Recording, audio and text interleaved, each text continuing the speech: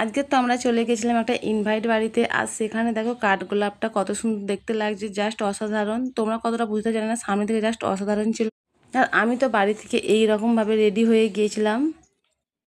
চলো আজকে সোজাসুজি তোমাদেরকে পুরো মেনুটা দেখাবো, কি কি মেনু ছিল ওখানে গিয়ে দেখলাম। চলো, প্রথমে তো দিয়ে গেছিলো আমাদের সবাইকে থালাটা ভালো করে ক্লিন করে নিলাম। আর আমার সোনা মাম্মাম তো আমার পাশে বসেছিল। আর দেখো সবথেকে বেশি লাগছে কিউট কিউট এই বোতলগুলো, দেখো কত সুন্দর দেখতে লাগছে। আর এরপর চলে এলো ভাত, আর তার সঙ্গে ছিল নোটে শাক ভাজা। দেখো শুক্তোর কালারটা দেখো, আমার তো জাস্ট ভীষণ ভালো লেগেছে। শুক্তোর কালারটা খুব লাইট ছিল। আলুর চিপস ছিল দেখো, আর তার সঙ্গে ছিল ডাল।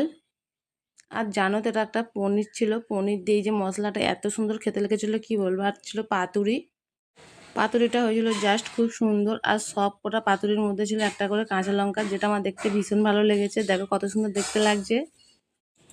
আর চলো এরপর কি কি খেলাম সেটাও তোমাদেরকে দেখিয়ে দিই। এরপর ছিল যে একটা মাছের কারি, দেখো মাছটা কত সুন্দর লাগছে। আর মাছটা ছিল কাতলা মাছ। আর ছিল আনারসের চাটনি, আর তার সঙ্গে পাঁপড়, আর ছিল মিষ্টি, আর তার সঙ্গে ছিল আইসক্রিম।